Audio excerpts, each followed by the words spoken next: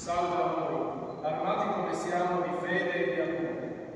Salvaci dal gelo implacabile, dai vortici della tormenta, dall'impeto della malanna.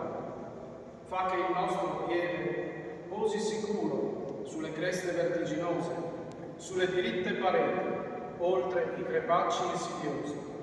Rendi forti le nostre armi contro chiunque minacci la nostra patria, la nostra bandiera, la nostra millenaria civiltà cristiana.